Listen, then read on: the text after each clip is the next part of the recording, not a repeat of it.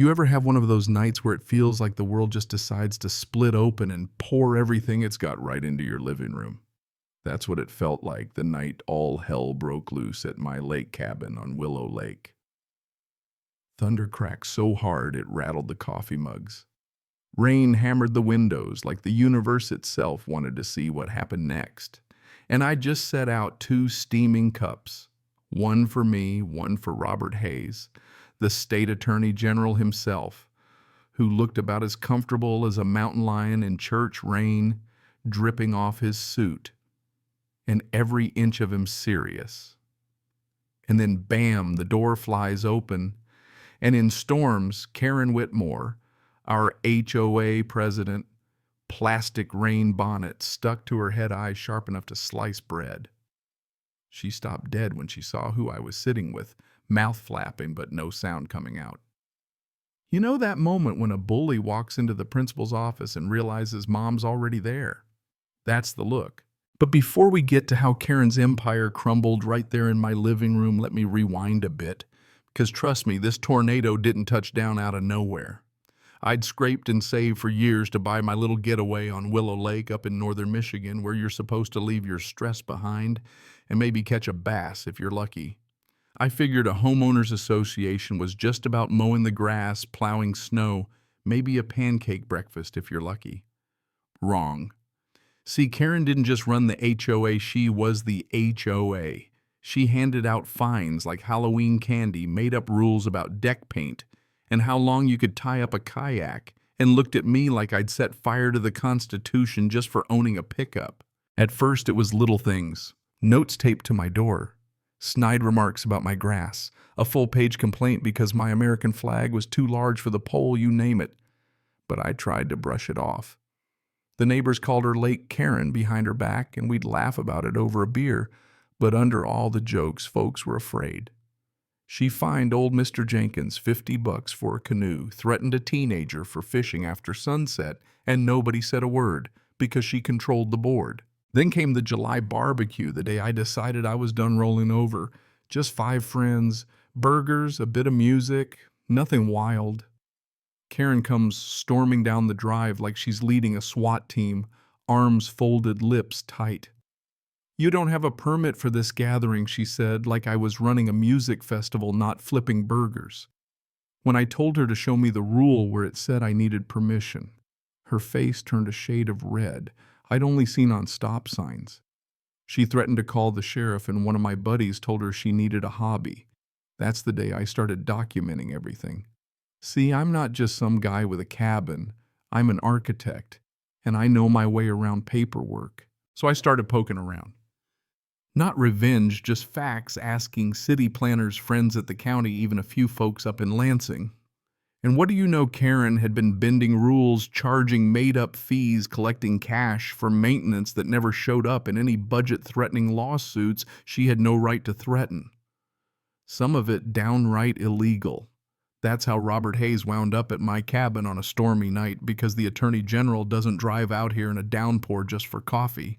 That's when Karen barged in, rainwater puddling at her feet, eyes darting between me and Hayes like she'd just caught the devil at her own dinner table. "Can I help you?" I asked, voice just calm enough to keep from grinning. She stammered something about thinking the place was empty. Hayes just stared at her, cool, "As you please." "And who might you be?" he asked. Karen straightened her back, chin high. "Karen Whitmore, president of Willow Lake Homeowners Association."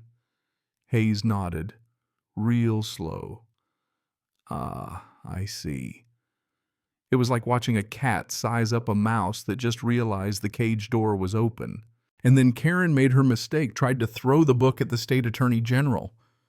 "All overnight guests must be approved by the HOA, she insisted. Hayes didn't blink. "Interesting, because I was under the impression this cabin sits on privately owned land." Karen started to bluster about rules and regulations, but Hayes just cut her off. "They don't supersede state law." She shut up for the first time since I'd met her. You could feel the tide turning. Hayes told her to sit. For once, Karen listened. And as she sat clutching her purse like it was a life preserver, the whole story started coming out: the fake fines, the missing money, neighbors too scared to speak. Hayes laid it all out, every charge, every receipt. Karen wilted right there, but I knew her type. She wasn't done just cornered. And of course, the counterattack came fast. 2 days later, an eviction notice landed on my porch, official-looking bold letters: notice to vacate, for unauthorized alterations and failure to comply. All lies.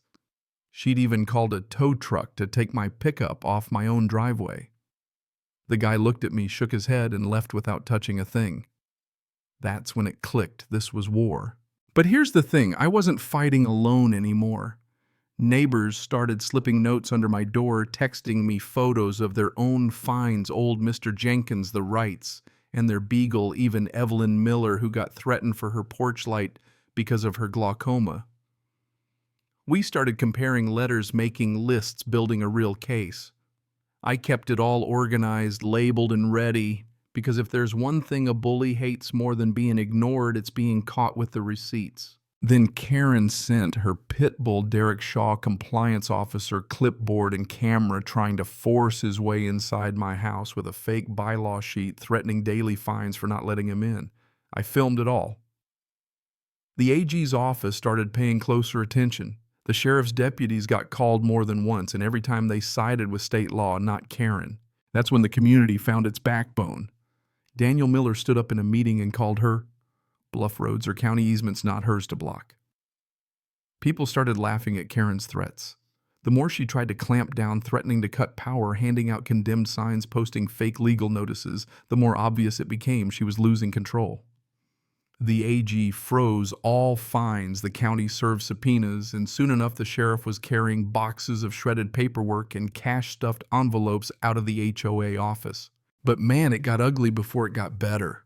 Karen tried to spin it all, told deputies I was a danger, tried to paint the AG as outside interference.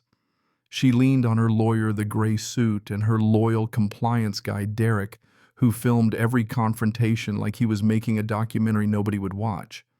Anonymous threats started showing up. One day it was a photo of me inside my own living room taken through the window. The next a note: you're making a mistake, stop now. But it wasn't me who was scared anymore, and the unraveling wasn't over. After a midnight crash, Derek landed in the hospital, his car full of soaked papers, mumbling about a storage unit. That's where the rest of the evidence was found: years of records, fake fines, lists of problem residents, shell accounts, and cash withdrawals. The whole rotten tree. When it all finally broke wide open, it happened fast. Karen and 3 board members arrested the lawyer too. The county took over the HOA. Neighbors lined up at the dock, some with pie, some with coffee, all of us breathing easier than we had in years. The AG's investigator, Dana Ruiz, told us restitution was coming. New elections would be held, real elections this time. No more pink sweaters, no more fines for wind chimes, no more fear taped to the door. You know what sticks with me, though? It wasn't the court orders or the flashing lights that changed Willow Lake. It was kindness. Little stuff. Soup dropped off on a rough day, a neighbor's pie, a note that said, "You're not alone." Turns out the quiet strength of folks looking out for each other lasts longer than any bully's power trip. So here we are. For the first time in years, Willow Lake feels like home again. No one's peering over fences, no one's counting flagpoles. The only thing rising on the water is the sun. If you're listening from somewhere like this, you know what I mean.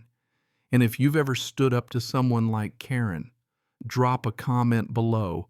Let the world know where you're watching from and tell me, do you think justice was served?